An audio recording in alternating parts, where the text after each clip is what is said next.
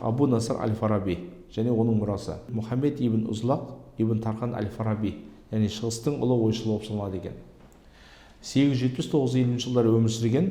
Былай айтқан кезде Платон мен Аристотельдің саяси этникалық көзқарастарына сүйеніп, солардан былай айтқан кезде еңбектерін қараған екен.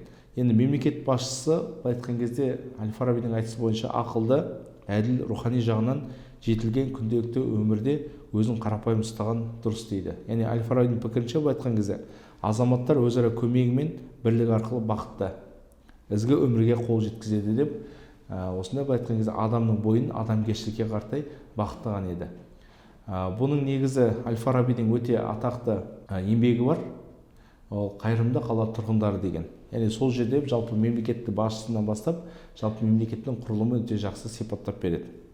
Одан кейін зорлықсыз бақытты қоғам орнату сол елдің мемлекет басшысының ақылы, білім мен адамгершілігіне байланысты дейді.